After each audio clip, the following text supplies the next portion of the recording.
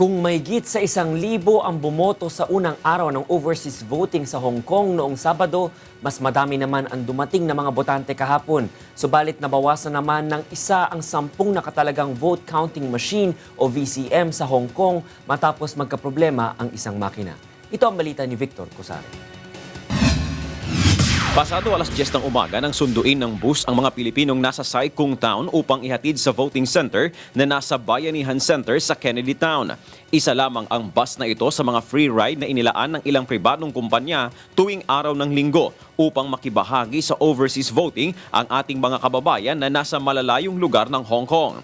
Pagdating sa Bayanihan Center, mahaba ang pila ng mga botante na umabot hanggang sa hagdanan. Inaasahan na ng konsulada na marami ang dadating kapag linggo dahil walang pasok ang karamihang mga Pilipinong nagtatrabaho dito sa Hong Kong. Ang hangad naman ng mga botante, magkaroon ng pagbabago sa susunod na administrasyon. Sana yung mga susunod sa amin na mga generation o kaya yung mga apo-apo namin, sana hindi na sila pupunta dito sa ibang bansa na parang nagpapaalipin tayo dito. Sana doon na lahat na yung trabaho, sana doon na tayo lahat.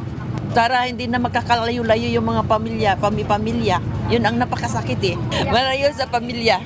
Umabot sa 3,723 ang nakaboto kahapon kumpara sa 1,128 noong Sabado.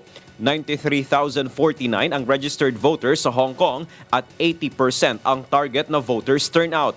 Samantala, ilan sa mga nagtungo sa voting center ang hindi pinayagang makaboto dahil deactivated voters. May mga wala din sa voters list ang kanilang pangalan, subalit kung makakapagpakita ng katibayan na sila ay nakapagparehistro ay maaaring payagang makaboto. Wala na po akong magagawa kung wala po. Pero nagpa-register po talaga ako last year. Kung may present silang slip, yung claim stub for voters sa ID, na pirmado po ng isa sa mga vice consul sa consulate, isa na po ako doon, pwede po namin yung i-report sa COMELEC and COMELEC will give us a written instruction whether to allow or not to allow yung voters to vote. Ikinatuwa naman ng mga botante ang pag-iimprenta ng voters receipt ng mga VCM dahil nagkakaroon sila ng pagkakataon na maberipika kung tama ang pagbasa ng makina sa kanilang boto sa balota. Subalit nagkaproblema naman ang vote counting machine ng precinct number 6 bago magtapos ang unang araw ng overseas voting noong Sabado. Yung balota ng last voter kagabi doon sa VCM number 6 ayaw nang basahin. Kahit anong orientation ng balota, nag-reset kami, nag-rediagnose kami, hindi na siya mabasa talaga. So yung nangyari doon, yung balota na yon, sad to say, counted na siya spoiled ballot. Kahapon, ang mga botanteng nakatalaga sa Precinct 6 ay sa Precinct number 10 na muna pinaboto. Ayon naman kay Vice Consul Alex Vallespin, papalitan ang nasabing makina at dadating sa linggong ito.